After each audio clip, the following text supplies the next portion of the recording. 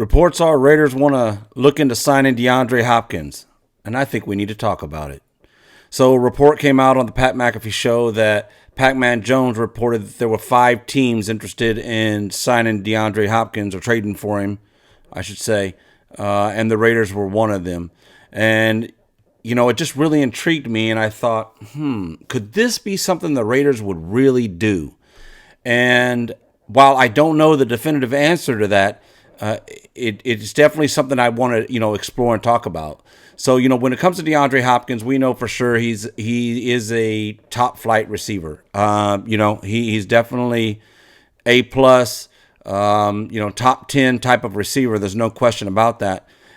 His production shows that.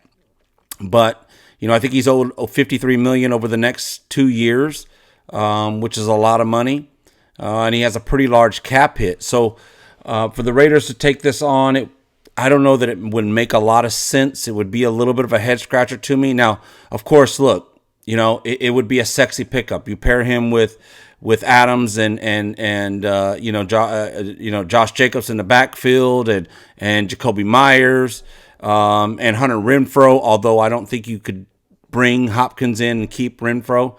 But nevertheless, that would still be, dynamic, and it would be really exciting. And I think, there would be a large contingent of Raider Nation that would be super excited about a splash play like that. But I think personally that it would be kind of hard to justify making another big splash play or a splash play of that magnitude on the offensive side of the ball. Considering there's so much need on defense, and they haven't done that on the defensive side of the ball in this free agency. So, when I look at what the Raiders have done so far, they've been adding pieces, depth pieces, some good signings, and we're going to talk about that in the next segment. But some good signings, some more depth signings, some people that will make the roster, some people that won't make the roster. But there's no question the one thing they have done is keep things on the cheap. And I think that's kind of on purpose. Right now we had $30 million in dead cap this year. $10 million to Corey Littleton alone. That just goes to show you how bad of a contract that was for us. Thank you, John Gruden. But I digress. But I think what this regime is trying to do is to really set us up to be in a really, really strong position cap-wise next season. I think we're projected to have over $100 million. I think maybe $109 million in cap space next year.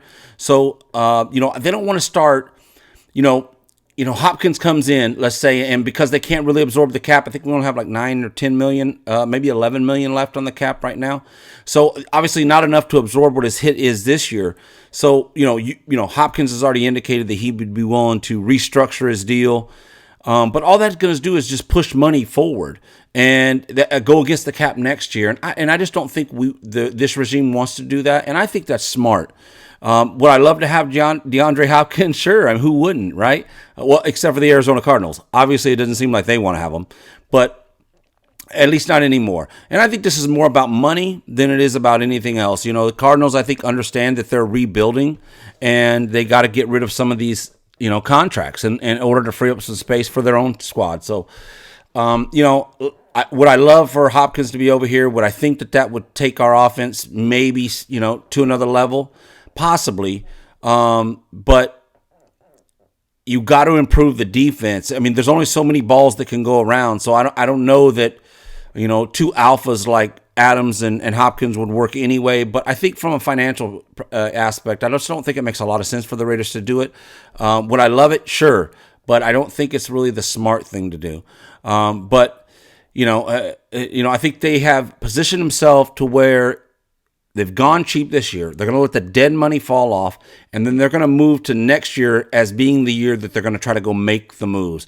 I think this year is about trying to build through the draft, signing some kind of lower-end contracts in the free agent market, a lot of one-year deals. And I think those are prove-it deals, and I think if some of these guys can pay off, and I got one specific individual I want to talk about later on, then they that could be players they could sign for a long-term deal, and they want to have that money there in case that happens. So, look, we haven't made a lot of the big splash plays this year in the free agents market, especially on defense. And I know I, for one, have been extremely frustrated about it. But, in the end, we have to give this team time, this regime time. I know there's going to be a lot of Raider fans out there to say they have done nothing to earn our time, and I have been one of them to say they haven't done anything to earn our respect or earn our patience. But on the flip side, look, we've tried the quick fixes forever, and it just hasn't worked. So I think it's time for us to just take a step back and say, look, this might be a struggle this season. I know I, for one, am not super confident walking into this season, especially compared to what I was a year ago, where I was really feeling positive about where we were going. But that's the way it goes. I think we got to build for the long term. You look at the Bears. The Bears were kind of in a similar situation to us. They drafted a quarterback. They had struggle years, but then they had all this cap space, and look at all the improvements the Bears have made in this offseason.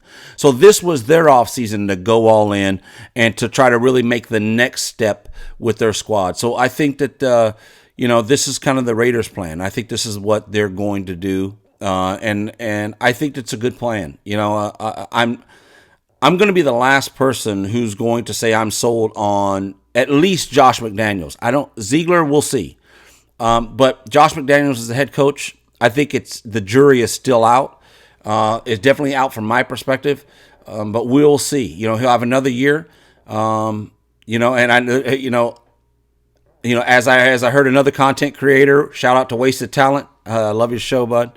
But, he says, I don't want to hear it. I don't want to hear it. You went out and got your guys. I don't want to hear it. So shout out to Wasted Talent, and I agree with him 100%. They got to prove it to us, and if they prove it to us, then great. If they don't, then I know all the content creators I listen to, and that I follow have been more or less supportive of this regime as far as in this phase of it. But I think all of them have the same mindset as, hey, no more excuses. You've got your own staff. And you got your own people, and you've cleared out the John Gruden era. So it's time to pay up. The bills come and due. Does that mean that they're going to get fired if we struggle this year? I don't think so. And I think I've alluded to that in some previous videos that Mark Davis just don't have the money to move on from them. Look, if we're 2-8, or 1-9, or something atrocious like that. Could McDaniels lose his job? I think certainly. I think that's, maybe. If we're 4-8, 5-10, something like that, if we get up 6-7 wins this year, I think they're going to keep their jobs. That's what I think it's going to happen. I think really the key for us is to see improvement. Does that defense make a step from 28th, 29th to, 20th, 18th, 15th, 16th? Does the offense score in the red zone? Do we give up, leads and how do we perform in every phase of the game? What about our clock management and game management? There was a lot of questionable game management last year by McDaniels. There's no question. Have we gotten better? So I think we all need to look for those things, and I think that's going to be the indicator. That's the biggest indicator of coaching, right? And like I said, hey, they got their guys or they're getting their guys, so really no more excuses. And I think this is going to have to work. So DeAndre Hopkins, great receiver. I'd love to have him, but I just don't think it makes a lot of sense for us. So, I just think we got to pass. Unfortunately, I think we got to pass. So, but the Raiders did pick up someone I wanted to talk about specifically. We picked up a few corners, David Long Jr. and another cat from Minnesota named Duke Shelly. Now, I think this kid has got some real potential. Looking at some of his videos, some of his film, coming down the stretch there in Minnesota, man, that kid really played well. I mean, he turns his hips well. He recovers well. He's got good ball skills. I think this kid could be a lot better than advertised. Just based on what I saw, I think based on what's been reported, you look at the PFF grades on him, he looks just outstanding. I know that there's been a lot of Minnesota fans online that have been really disappointed that the Vikings let him get out of the building, but hey, one man's trash is another man's treasure. Not to say he was trash, but you get the metaphor. So I just think that this was a really, really good move. I really hate the term sneaky moves. Oh, sneaky moves. I don't mind it, but it does seem to get overused, I think, at times. But I guess if there's a time for the sneaky move, this was a sneaky good move. I don't try to sugarcoat it for anybody. I don't try to blow smoke up anybody's ass. I keep it real here. But this is a good move. I think this kid's got a lot of potential. We'll see what happens. His only knock is he's a smaller guy. But, hey, listen, if you got good ball skills and you can display some of the qualities that he displayed on tape last year at Minnesota, especially towards the tail end of the year, then, you can really you can make up for a lot of that size deficiency. There's just no question about it. So, really good signing, I think, and I think there's a lot of potential there. So, the last story I wanted to talk about here was there was a tweet that went out from Warren Sharp that kind of listed all the snaps played by players that were drafted by their team. Really interesting stat. It obviously went viral. It's all over the place. I think last time I looked at 2.3 million views or 2.5 million views, something like that. But really interesting and really, really telling. If you want to know, you don't need to listen to any content creator. You don't need to go on to NFL Network. You don't need to go on to ESPN. You don't need to do any of that. If you want to know why have the Raiders struggled, look at these stats that are in this tweet. So the Cowboys lead the way, and the Cowboys are leading the way with 91,901 snaps played by the players they've drafted in the last 5 years. So this just to give some context, this is over the last 5 years. 91,901 snaps played by players drafted by the Cowboys. Kudos to the Cowboys. They do draft well. You got to give it to them. To give you some perspective, the Raiders were last in the league. So Cowboys 91,904 or 901. The Raiders 11,904 snaps. Let me repeat that. 11,904 snaps. I mean, that is pathetic. And to give even further context to that, let's get even a little further context to that. The Jets, second to last, just ahead of the Raiders, 47,244 snaps. More than 4 times what the Raiders have. So second to last, still 4 times as many snaps as the Raiders have. And there's no one outside of last year's draft that would really say that the Jets have hit any drafts out of the park. So that just goes to show you really how bad the Raiders have drafted. So, hey, listen. Why do we need to give these guys a chance? These numbers tell you why. We need some stability. We need some direction. We need to get contracts right. We need to get rid of bad contracts. We need to draft well. And these players got to get on the field and they got to produce. So, listen, because of the way we've approached free agency, this regime has put a lot of pressure on themselves in this draft to really nail the draft. And they have to nail it. And believe me, they know it. They know that their jobs rely on this draft, specifically Josh McDaniels, for sure. This draft has to go right, or there's no way he's keeping his job long term. If not in 23, he'll be out in 24. So these have to work.